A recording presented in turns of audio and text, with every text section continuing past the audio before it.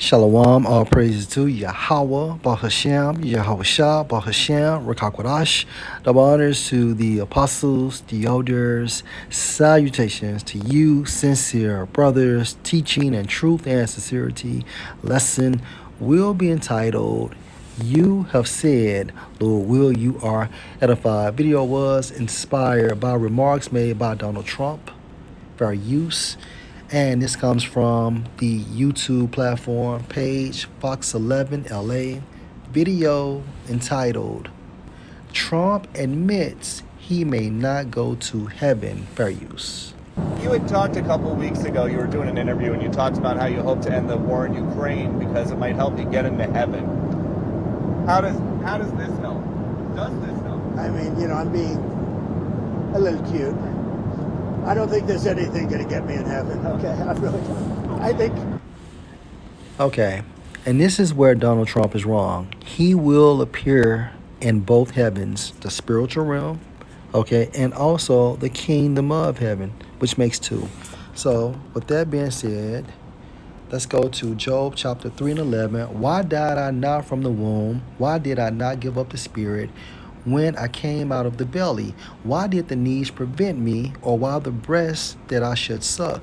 For now should I have lain still and been quiet. Meaning, if he died, his spirit would have returned to the spiritual realm. I should have slept, then had I been at rest, meaning he would be at peace. With kings and counselors of the earth, Donald Trump is a king of the earth. Hell, he's the president of the United States. With kings and counselors of the earth which built desolate places for themselves, or with princes that had gold, who filled their houses with silver, or as in hidden untimely birth, I had not been as infants which never saw life. Verse 17, there the wicked cease from troubling. And what did he say? Okay, he stated indirectly he's the wicked. For him to doubt that he probably won't get into heaven, he's the wicked. And according to Malachi 1 and 4, the wicked are the Edomites, based on the lineage of their fathers, going back to their progenitor Esau. Okay, so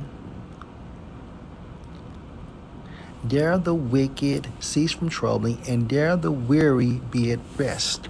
Now, let's go to Ecclesiastes chapter 3 and 20. All go into one place, including the wicked. So everybody we see on earth, including the wicked and the other nations, male and female, all report to the spiritual realm via death. All are of the dust. All have a biological father and mother, and all turn to dust again. Once the spirit is separated from the body breaks down starting around the fourth day. So let's go back to 17. There the wicked cease from troubling, and there the weary be at rest. Verse 18. There the prisoners rest together, they hear not the voice of the oppressor. Verse 19. The small and great are there, and the servant is free from his master. And this setting is the spiritual realm. So let's go to Numbers chapter 14 and 18. Yahweh is long-suffering and of great mercy, forgiving iniquity and transgression, and by no means clearing the guilty, visiting the iniquity of the fathers on the sons unto the third and fourth generation. And Salakia, let me say children, so we all come back around the third and fourth generation. So again, Donald Trump is going to heaven. Now, let's get Luke chapter 16 and 19. There was a certain rich man who is a representation for the Edomites, beginning with their nobility. Now, the rich man, or the Edomites, are so-called white people whose lineage goes back to Esau on their father's side, which was clothed in purple and fine linen and far sumptuously every day, meaning he was blessed. Okay, he's in his kingdom, so he's blessed. He's in heaven per se. Verse 20, and there was a certain beggar named Lazarus, which was laid at his gate full of sores. So Lazarus is catching hell in Esau's heaven, in the rich man's heaven. So Lazarus is catching hell in the rich man's heaven. The Israelites are catching hell in the Edomites' heaven. Okay? So-called Negroes, Hispanics, and Native Americans are catching hell in so-called white people's heaven. That's how it goes. So there was a certain rich man which was clothed in purple and fine linen and fared sumptuously every day. He's in his kingdom. And there was a certain beggar named Lazarus which was laid at the gate full of sores. Now the sores is symbolic for the curses spoken of in Deuteronomy the 28th chapter, beginning around the 15th verse. Verse 21, and desiring to be fed with the crumbs which fell from the rich man's table. Moreover, the dogs, these other nations, allies of Esau, which are spoken of in Psalm the 83rd chapter, came and licked his sores, meaning they became rich and wealthy. They benefited from our curses. Verse 22, and it came to pass that the beggar died and was carried by the angels into Abraham's bosom, which is symbolic for the kingdom of heaven. The rich man also died and was buried. Verse 23, and in hell he lifted up his eyes, being in torments, and saw Abraham afar off and Lazarus in his bosom. So Lazarus, okay, which is a representation for the nation of Israel, is thriving in the kingdom of heaven. It's our heaven, and by default, our heaven is their hell, referring to so-called white people and these other nations, okay? Verse 24, and he cried and said, Father Abraham, have mercy on me, and send Lazarus, that he may dip the tip of his finger in water and cool my tongue, for I am tormented in this flame. So Esau is going to catch hell, and guess what? Donald Trump is going to catch hell in the kingdom of heaven.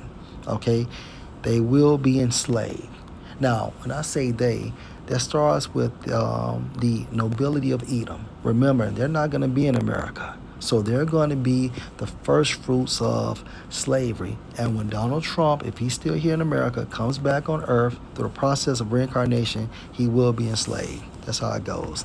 So, and he cried and said, Father Abraham, have mercy on me, and send Lazarus, that he may dip the tip of his finger in water and cool my tongue, for I am tormented in this flame. So Esau, okay, the Edomites, so-called white people, will catch hell in our heaven. But Abraham said, son, remember you in your lifetime. So what's his lifetime? His kingdom, right?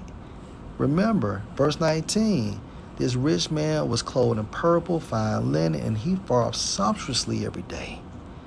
Okay? But Abraham said, son, remember that in your lifetime, your kingdom received you good things, and likewise Lazarus evil things, but now he's comforted, and you are tormented. Verse 26, NOT, and besides there is a great chasm separating us. No one can cross over to you from here, and no one can cross over to us from there. All right, so yes, Donald Trump will be in the kingdom of heaven as a slave. Okay? And let me get one more. Bind kings. Psalm 149 verse 4. For Yahweh takes pleasure in his people. He will beautify the meek with salvation. Okay, verse 5. Let the saints be joyful in glory. Let them sing aloud on their beds. Let the high praises of the Most High be in their mouth, and a two-edged sword in their hand, to execute vengeance on the heathen.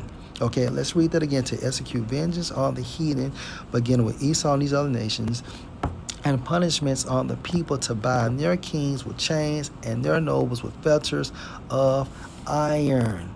Okay, Abraham's bosom, or the kingdom of heaven, to execute upon them the judgment written. This honor have all the saints praise you, Yahweh. So again, Esau, okay, and Donald Trump and Donald Trump's fellow Edomites, they will all come back in the kingdom of heaven, okay, through the process of reincarnation, and of course, the the international bankers, their nobility will be the first fruits of slavery. Okay, so yes, Donald Trump, you will appear in heaven in the spiritual realm, okay, and you will be in the kingdom of heaven as a slave. So Lord will, this was edifying. Shalom.